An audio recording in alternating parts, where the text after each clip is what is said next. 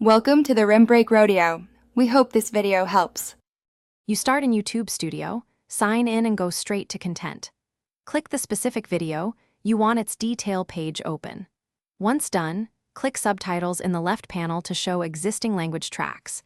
You're doing this now because subtitle language options live per video make sure the video is selected so edits apply to this file. This step gets you into the right editing view quickly instead of hunting through settings. Next, add or change the language by clicking Add Language and selecting the target language. This creates a new track. Then choose Add under that language. You'll see options to upload a file, transcribe and autosync, or edit existing captions.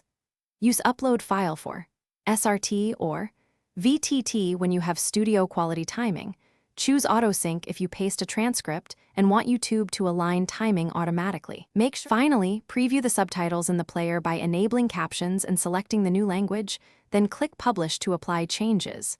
Once published, play the video to verify timing, line breaks, and any special characters display correctly. If anything looks off, go back to the Subtitles tab, hit Edit for that language and correct text or timing, or re-upload a fixed SRT/VTT file. Tip: if autosync misaligns heavily, upload a timed file instead for precise.